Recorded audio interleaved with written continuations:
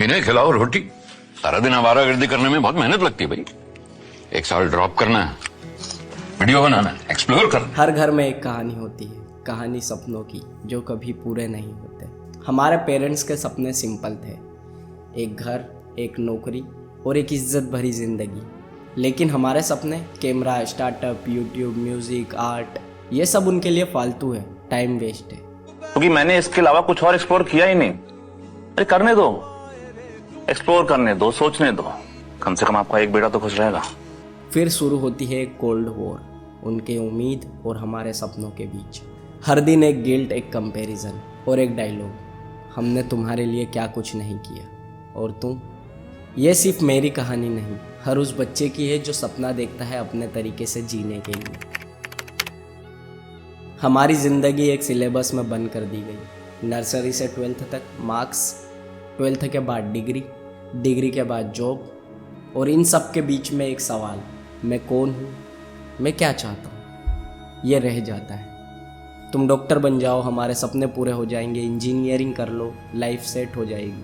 उन्हें लगता है degree is equal to security, लेकिन ये 2025 है, यहाँ AI डिग्री की स्पीड से तेज भाग रहा है और एक स्किल करोड़ों कमा कर दे सकती है। हमने ये तय कर लिया कि जो हमसे बाद में पैदा हुआ उसमें कम अकल हो।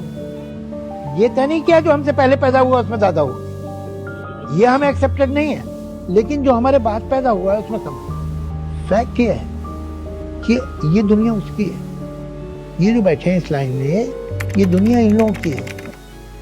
तुमने भी ये कभी ना कभी तो सुना ही होगा कि जब मैं तुम्हारी उम्र का था मैंने ये कर दिया था, तुम्हारी उम्र का था तो इतना पैसा कमा लिया था, मैं जिम्मेदारियाँ उठाने लग गया था। तो उस समय की बात अलग थी। उस समय पे ना कंपटीशन था, ना कंपैरिजन था। गिनती के लोग थे, उन लोगों के बीच में ही तुम्हारा कंपटीशन चलता था। लेकिन आज के समय पे रील्स, शॉर्ट्स के ज़माने में हमारा कंपटीशन सिर्फ हमारे आसपास के लोग नहीं, हर वो इंसान जो सोशल मीडिया पर अपनी लेविश लाइफस्टाइल दिखा रहा है उन सब से है। हमारी जनरेशन जल्दी जीतना चाहती है क्योंकि टाइम फास्ट है। हर सेकंड किसी का वायरल मूवमेंट बन रहा है। मेरी पूरी कमाई लगा दी इसके स्कूल में, लात खाकर वापस आया, हाथ जोड़कर इसका एडमिशन कराया, फेल होकर वापस आया, और किया क्या है इसने? हमने तुम्हें बेस्ट स्कूल में पढ़ने भेजा, हमने तुम्हारे लिए ओवर टाइम किया, हमने तुम्हारे लिए अपने सपने छोड़े, और हर बार हम ये डायलॉग सुनकर चुप हो जाते हैं क्योंकि गिल्ट के आगे हमारे सपने हमको छोटे लगने लगते हैं। लेकिन सवाल ये है कि क्या उन्होंने कभी हमसे पूछा कि तुम क्या करना चाहते हो?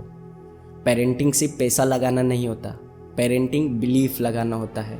हम पर भरोसा करना होता है, हम पर विश्वास करना है कि मेरा बच्चा है, कुछ भी कर लेगा। हर पेरेंट अपने बच्चे की स्कूल फीस देता है, हर पेरेंट अपने बच्चों को अच्छी स्कूल में भेजता है, लेकिन बहुत कम पेरेंट है जो अपने बच्चों के सपनों में इन्वेस्ट करते हैं। जब सपने दबा दिए जाते हैं तो या तो बच्चा टूट जाता है या फिर वो बगावत पर उतर आता है। ये इस घर में नहीं चलेगा, समझ में आ गया या नहीं? क्या नहीं चलेगा?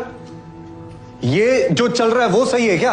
ये चल सकता है? पावर में आता है, अपनी मनमानी करने लगता है। जिस जिस चीज़ के लिए तुमने उसे रोका है वो हर वो चीज़ करेगा। जो जो चीज़ उसको खरीदने से रोका है, उसको दिलाने से रोका है, कैमरा हो गया, लैपटॉप हो गया, माइक हो गया, फ़ोन हो गया, वो सारी चीज़ें खरीदेगा। जब तक पावर तुम्हारे हाथ में है तुम उसे रोक सकते हो, तुम उसे अपने इशारों पर नचा सकते हो, उसको क्या करना है ये डिसाइड कर सकते हो।